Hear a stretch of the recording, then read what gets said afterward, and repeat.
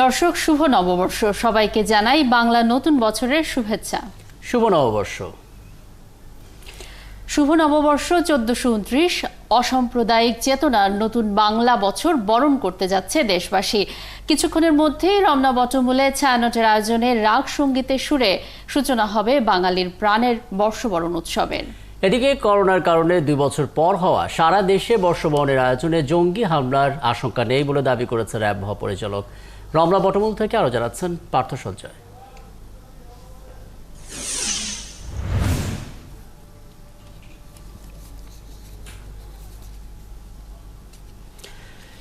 আমরা সহকর্মী পার্থ সঞ্জয়কে দেখতে পাচ্ছি রমজার বটমূলে আছেন এবং তিনি প্রস্তুত হতে হতে একটু জানার চেষ্টা করি। পার্থ, একটু পরেই তো রমনা বটমূলের মূল আয়োজনটি শুরু হবে। সার্বিক প্রস্তুতির খবরটা আমাদেরকে জানাবেন, কতটুকু সময় বাকি আছে এবং কি চলছে ঠিক এই মুহূর্তে সেখানে।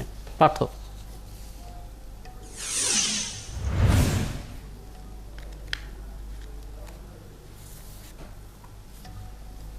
তার আগে রাকিব, আপনাকে বাংলা নববর্ষ 1429 বাংলার শুভ কামনা, শুভেচ্ছা।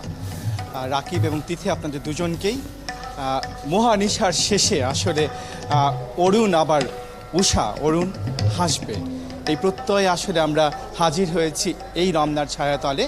এখানে ছায়ানটের যে আয়োজন সেটি আসলে গেল 2 বছর করোনা কাল, যেটি মহানিশার কাল বলছি, সেই কাল অনুষ্ঠিত হয়নি। তারপর আসলে ফিরেছে এবং 6টা 15-তে সেই আয়োজনটি শুরু হবে।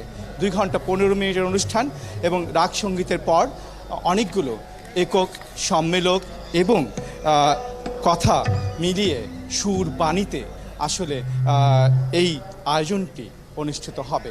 এবং যেটি বলে রাখি সেটি হচ্ছে যে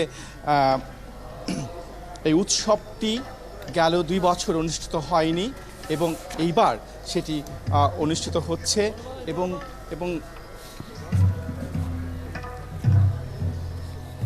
এবং যে কথাটি বলতে হয় সেটি হচ্ছে যে উৎসবের আজকের আয়োজনের সময় একই আছে, আর আরও অন্য বছর যেরকম করে হয় 2 ঘন্টা 15 মিনিট ধরে আয়োজন হয় এবং এইবার একই রকম সময়টি আছে, কিন্তু বদলেছে শিল্পীর সংখ্যা।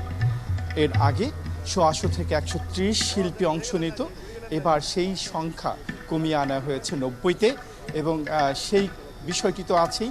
এবং একই সঙ্গে যেটি আসলে মূল বিষয় আপনি বলছিলেন তিথি, রাকিব, যে অসাম্প্রদায়িকতার সুর, বাঙালি হবার সাধনা, বিশ্ব মানব হবার সাধনা, সেই সাধনা ছায়ানটের অর্ধশতকেরও বেশি সময়ের 1967 সালে যেই ছায়ানট রমনার ছায়াতলে আয়োজন সাজিয়েছিল নতুন বছরে, সেই আয়োজনের আসলে অনেকটুকু সময় পেরিয়ে গেছে। তবে অর্ধশতক আর যাই বলি, এটি আসলে 1000 বছরে যে বাঙালিয়ানা, সেই আবহমান কালের বাঙালিয়ানা, সেটির আসলে সাধনা।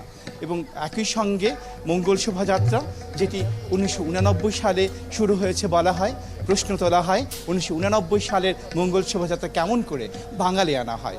আসলে মঙ্গল শোভাযাত্রা একটি উপলক্ষ, কিন্তু এটির যে উপকরণ, এটির যে আধার, সেই আধার আসলে একই রকম 1000 বছরের। এবং সেই জন্যই এই 1000 বছরের বাঙালি আনার যে আয়োজন, সেটি রমনায় যেমন, মঙ্গল শোভাযাত্রা যেমন, সারা দেশে যেমন, 1000 বছর ধরে যেমন তেমনই।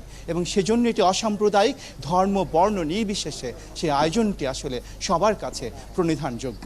এবং এবারের রমনার যে ছায়ানটের আয়োজন, সেই আয়োজনের প্রতিপাদ্য বা প্রত্যয় নব আনন্দে জাগো, প্রত্যাবর্তনের এই উৎসব।